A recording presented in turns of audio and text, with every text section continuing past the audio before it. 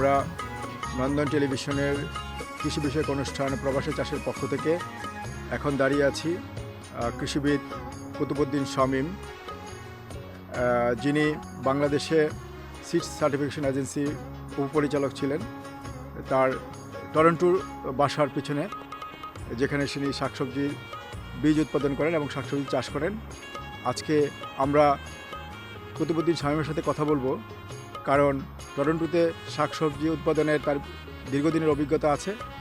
তার অভিজ্ঞতা থেকে আমরা জানবো কীভাবে বাংলাদেশের শাকসবজি সঠিকভাবে চাষ করা যায়, কোথা থেকে বীজ পাওয়া যায় এবং বীজ এবং চারা কেন গুরুত্বপূর্ণ, এবং পরবর্তীতে আমরা দেখব প্রতি বছরের মতো তিনি যে সাফল্যজনকভাবে বাংলাদেশের শাকসবজি বিশেষ করে শিম, লাউ এবং অন্যান্য সবজি উৎপাদন করেন। এখন তার সাথে কথা বলছি। আমাদের সাথে আছেন কুতুবউদ্দিন শামীম। আপনি অনেক দিন যাবৎ টরন্টোতে শাকসবজি চাষ করেন, কারণ আপনার এক্ষেত্রে অনেক অভিজ্ঞতা আছে। বাংলাদেশেও আপনি বীজের উপরে কাজ করেছেন। আপনার পরামর্শগুলি এদেশে যারা শাকসবজি চাষ করতে চান তাদের জন্য অবশ্যই উপকার হবে। এখন আপনি এখানে বাড়িতে শাকসবজি যে চারাগুলি কখন থেকে চারা উৎপাদনের কাজ শুরু করেন?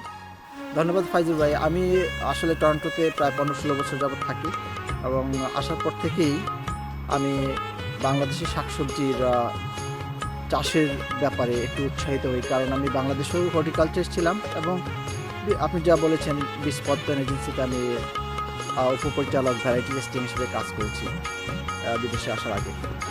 তো আমি শাকসবজি যেগুলা প্রথম শুরু করি সেগুলোর মধ্যে আমি আসলে মূলা, পালং শাক, লাল শাক, সরিষার শাক, তারপরে লাউ, সিম, করলা, তারপরে আপনার ঢ্যাঁড়স, এই জিনিসগুলোই আমি, এবং পুঁই শাক, এই জিনিসগুলো দিয়েই শুরু করি। তো আমি প্রথমেই সিজনটাকে আমি ভাগ করার চেষ্টা করলাম যে কীভাবে এখানে প্রতি মাসেই আমি শাকসবজি খেতে পারি।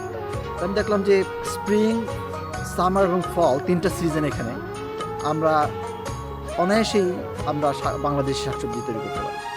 সেই স্প্রিংয়ের মধ্যে যে শাকসবজিগুলো হয় সেটার মধ্যে সরিষা, মূলা শাক এবং পালং শাক, এই 3টা প্রধান। এই 3টা অতি সহজেই আপনি এপ্রিল মাসের প্রথম থেকেই মাটিতে বীজটা দিতে পারেন এবং 1 মাসের মধ্যে এইটা খাবারটা আপনি ঘরে নিয়ে আসতে পারেন। এবং এটা আপনার বাজার থেকে যা কিনেন এটা তো আপনি জানেন না হয় এটাতে পেস্টিসাইড আছে কিনা, কিন্তু আপনি কম্পোস্ট দিয়ে যদি এটা করেন তাহলে আপনি নিরাপদ একটা শাকসবজি আপনি ঘরে আনতে পারেন এবং নিজের স্বাস্থ্যের জন্য ভালো। এবং সামারে যে জিনিসটা যেটা করতে পারেন সেটা হলো লাল শাক, প্রধান লাল শাক, কারণ আমাদের মা বোনেরা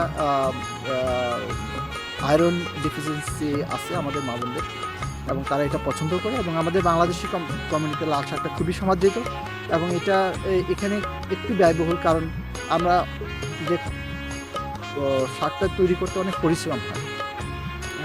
এখন আমরা যদি নিজেরা জানি যে কীভাবে তৈরি করা যায় তাহলে আমাদের জন্য সবার জন্য উপকার। এটা আমি আসলে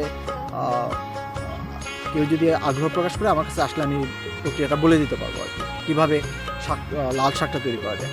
লাল শাকের পাশাপাশি লাউ, কুমড়া, পুঁই শাক এবং সিম, এই কয়েকটা শাকসবজির জন্য অনেক টেম্পারেচার দরকার পড়ে। স্পেশালি নাইট টেম্পারেচার যখন ক্লোজ টু 20 ডিগ্রি থাকে তখন আমরা এটার বৃদ্ধিটা খুবই ভালো হয় এবং আমরা এটাকে মেয়ের শেষের দিকে অথবা জুনের প্রথম দিক থেকে আমরা এই লাল শাক, লাউ, সিম এবং পুঁই শাক, এই কয়টা সবজি আমরা লাগাই এবং এই কয়টা সবজি আমাদের কমিউনিটিতে খুবই প্রচলিত এবং সবাই খুব চাহিদার সাথে এটা নিয়ে থাকে আর কি। আর যেটা ফলে আবার সেই জিনিসগুলো যেটা আমরা স্প্রিংয়ে করি সেটাও ফলে আপনার অগাস্টের মাঝামাঝি থেকে যদি মূলা বীজ, পালং শাক এবং আপনি সরিষা শাক লাগান তাহলে আবার 1 মাস পর আপনি নভেম্বর পর্যন্ত খেতে পারবেন। এবং আমি সরিষা ডিসেম্বরের 13th of ডিসেম্বর পর্যন্ত আমি সরিষা হারভেস্ট করছি এবং মূলাটাও একই সময় হারভেস্ট করা যায়, মূলাটা আরও দীর্ঘদিন। তাহলে আপনি একটা বছরের প্রায় এপ্রিল থেকে ডিসেম্বর পর্যন্ত আপনি ঘরের শাকসবজি খেতে পারেন এবং এই শাকসবজিগুলা আবার আপনি শুধু নিজের খাওয়ার জন্যই না, আপনি এটাকে হারভেস্ট করে আপনি ক্লিন করে একটু 3 মিনিট গরম পানিতে যদি আপনি ডুবায়ে আপনি পানিটা ঝরে পলিথিন ব্যাগে ঢুকে জিপার ব্যাগে আপনি ফ্রিজে রেখে দেন, তাহলে সারা উইন্টার আপনি খেতে পারেন। তার মানে আপনার বীজ, আপনার শাকসবজি আপনি নিজেরাই উৎপাদন করেন। বাজারে এত ব্যয়বহুল যে কানাডায় শাকসবজি কেনা, যে আপনি অনেক টাকা সাশ্রয় করতে পারবেন এবং আপনি একটি পুষ্টিকর কীটনাশকবিহীন শাকসবজি আপনারা পেতে পারেন। শামীম, আপনি তো দীর্ঘদিন যাবত এখানে শাকসবজি চাষ করছেন, বিশেষ করে বাংলাদেশ শাকসবজি।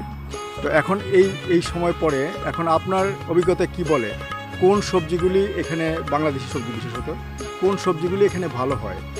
যেগুলি আপনি বললেন এর মধ্যে আপনি নাম বলবেন কোন সবজিগুলি এখানে বাংলাদেশিদের করা উচিত এবং এই সবজিগুলি ভালো হয় সেটা নাম বলবেন। Thank you. এখন আমার মাঠের মধ্যে যে সবজিটা আছে সেটা হলো মূলা। এবং মূলাটা অল্প তাপমাত্রার মধ্যেই হয়ে যায়, একটু টেম্পারেচার হলেই গজায়, মাটিতে গজায়। মূলা এবং সরিষা শাকটা এখন লাগানো যায়। তারপরে আপনার এখন বলতে আমি বলবো যে এপ্রিলের প্রথমেই আপনি বৃষ্টিটা চলে গেলে কানাডাতে একটু টেম্পারেচার রেজ করলেই আপনি জমিটা যদি শুকনো থাকে চাষ করে আপনি মূলা বীজ, তারপরে সরিষার বীজ, তারপরে আপনার পালং শাক, এই তিনটা বীজ মূলত আমাদের বাংলাদেশি বীজগুলো লাগাতে পারেন। এবং এই শাকটা আপনি 1 মাসের মধ্যে আপনি খেতে পারবেন। আপনার মে মাসের ফার্স্ট উইকে আপনারা খাওয়া। এই টেম্পারেচারের উপরে নির্ভর করে, যদি এই টেম্পারেচারটা বৃদ্ধি পায় তাহলে আপনি এই তিনটা আপনার অবশ্যই পাবেন। পালং শাক আর সরিষার শাক, পালং শাক, সরিষার শাক এবং মূলা, শাক। এই বীজগুলি কি আপনার বাংলাদেশি যে বিভিন্ন গ্রোসারি স্টোরে পাওয়া যায় সেগুলি লাগালেও কি ফল পাওয়া যায় ভালোভাবে? সব বাংলাদেশি যে বীজগুলো আছে সেই বীজগুলা তাড়াতাড়ি ফুল চলে আসে, যেহেতু এটা সিজন না। বাংলাদেশি বীজগুলা আমরা নর্মালি নভেম্বর মাস বা অক্টোবরের শেষের দিকে বাংলাদেশি মূলা বীজটা লাগাই।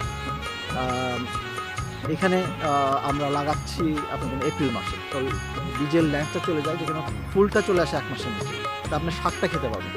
হ্যাঁ, আর আমার একটা বীজ সংগ্রহ করা আছে, যে বীজটা অত্যন্ত ব্যয়বহুল বীজ আমি সংগ্রহ করি। এটা ফুটলং একটা মূলা আছে, সেটা লাগালে আপনি বছরের শেষ পর্যন্ত খেতে পারবেন। ক্যানাডিয়ান আবহাওয়া এখন লাগালে বছরের শেষ পর্যন্ত খাবে, ফুল আসবে না। মূলা, সরিষা এবং পালং শাক যে বীজগুলি আপনি করছেন, এগুলি এখানকার আবহাওয়ায় তৈরি বীজ, অত ভালো ফলন দিবে বলে আপনি মনে করেন? এখানে পালং শাক, মূলা শাক, এগুলো সবগুলাই এদেশেরও আছে। এবং আমি বাংলাদেশিগুলো আপনার তাড়াতাড়ি ফুল চলে আসবে, কিন্তু আপনি একটা নির্দিষ্ট সময়ের মধ্যে উঠে আপনি যদি খান তাহলে বাংলাদেশি সেই যে ফ্লেভারটা, যেমন পালং শাকের ফ্লেভারটা, সেটা আপনি বাংলাদেশিটা পাবেন। আপনার কাছ থেকে সংগ্রহ করার পদ্ধতি কি? আমার কাছে আমার ফোন নাম্বার আছে, আমার নিউজ পেপারে আমার অ্যাড আছে। আপনার ফোন নাম্বারটা বলুন। আমার ফোন নাম্বার 4164431971, এটা হোম নাম্বার। আর আমার সেলফোন নাম্বার 4169398619। আর কি সবজি যারা আপনি নিজে উৎপাদন করেন এবং বিক্রি করেন যেগুলি নিশ্চিতভাবে ফল দেয়? এবং এখন আর যে সবজিগুলা উৎপাদন করা যায় আপনার সামারের জন্য, গ্রীষ্মকালের যে আমরা বলি আবহাওয়া, টেম্পারেচারটা, নাইট টেম্পারেচারটা একটু বেশি হবে। আপনার নাইট টেম্পারেচার যখন 20-র কাছাকাছি থাকে, 15 থেকে 20 থাকে, তখন আমরা লাল শাক তৈরি করতে পারি। লাল শাকটা বাংলাদেশি লাল শাক, এখানে অন্য কোনো কমিউনিটির লাল শাক খাইতে আমি দেখি নাই এখন পর্যন্ত। এবং আমাদের বাংলাদেশে এটার আমরা সবাই পছন্দ করি বলে লাল শাকটার খুব চাহিদা আছে এখানে। এটা আপনার মে মাসের ফার্স্ট উইক থেকে আমরা এই লাল শাকটা বীজটা বপন করতে পারি। এবং এটা 1 মাসের ফসল, 22 দিনেই হয়, কিন্তু পরিচর্যার উপরে নির্ভর করে এবং মাটিটা কীভাবে আপনারা তৈরি করবেন তার উপরে নির্ভর করে।